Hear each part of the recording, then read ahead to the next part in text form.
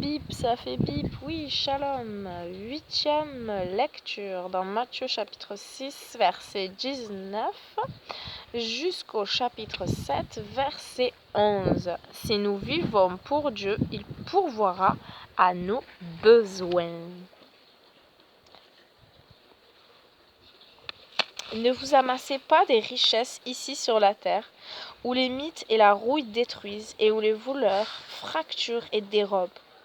Au lieu de cela, amassez-vous vous-même des richesses dans le ciel, où il n'y a pas de mythe, ni de rouille pour détruire, et où les voleurs ne fracturent ni ne dérobent.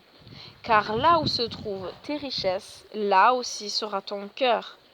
L'œil est la lampe du corps. Si tu as un bon œil, c'est-à-dire si tu es généreux, ton corps tout entier sera rempli de lumière. Mais si tu as un œil mauvais, si tu es avare, ton cœur tout entier sera rempli d'obscurité. Si donc la lumière qui est en toi est obscurité, combien est grande cette obscurité? Personne ne peut être esclave de 2 maîtres à la fois, car ou bien il détestera le premier et aimera le second, ou il aura du mépris pour le second et sera loyal envers le premier. Vous ne pouvez pas être l'esclave à la fois de Dieu et de l'argent. Voilà pourquoi je vous dis de ne pas vous inquiéter pour votre vie, de ce que vous mangerez ou de ce que vous boirez, ni pour votre corps, de quoi vous serez vêtus. La vie n'est-elle pas plus que la nourriture, et le corps plus que le vêtement? Regardez les oiseaux qui volent dans le ciel. Ils ne sèment ni ne récoltent, et ils n'amassent pas dans des granges. Mais votre Père céleste les nourrit. Ne valez-vous pas mieux qu'eux? Qui d'entre vous, en s'inquiétant, peut ajouter 1 heure de plus à sa vie? Et pourquoi vous inquiétez au sujet du vêtement?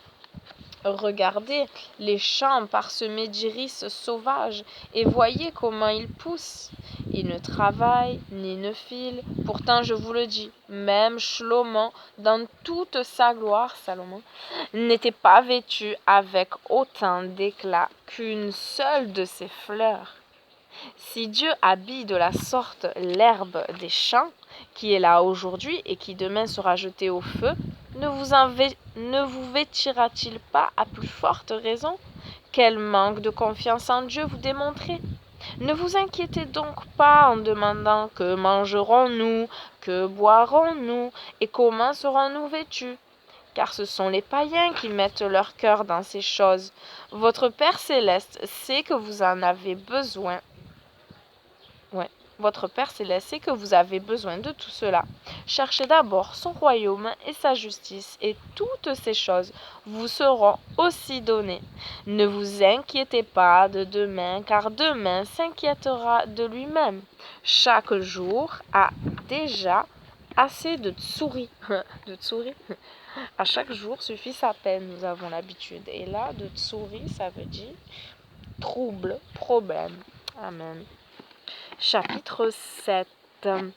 Ne jugez pas, afin que vous ne soyez pas jugés, car vous serez jugés de la même manière que vous jugez les autres, et vous serez mesurés de la même mesure que celle que vous utilisez pour les autres. Pourquoi regardes-tu le brin de paille qui est dans l'œil de ton frère, alors que la poutre qui est dans ton propre œil, tu ne la remarques pas? Comment peux-tu dire à ton frère, laisse-moi enlever ce brin de paille dans ton œil, alors que tu as une poutre dans le tien? Hypocrite, enlève d'abord la poutre qui est dans ton œil, puis, voyant clair maintenant, tu pourras enlever le brin de paille de l'œil de ton frère. Ne donnez pas aux chiens ce qui est sain, et ne jetez pas vos perles aux porcs. Si vous agissez ainsi, ils les piétineront, puis se retourneront contre vous pour vous attaquer. N'ayez de cesse de demander, et l'on vous donnera. Cherchez sans cesse et vous trouverez. Frappez continuellement, et l'on vous ouvrira la porte. Car quiconque demande reçoit, celui qui cherche trouve, et l'on ouvre à celui qui frappe.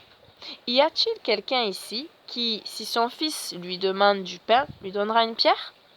Et s'il demande un poisson, lui donnera-t-il un serpent? Par conséquent, si vous, qui êtes mauvais, savez donner à vos enfants de bonnes choses, combien plus votre Père qui est dans les cieux donnera-t-il de bonnes choses à ceux qui ne cessent de les lui demander.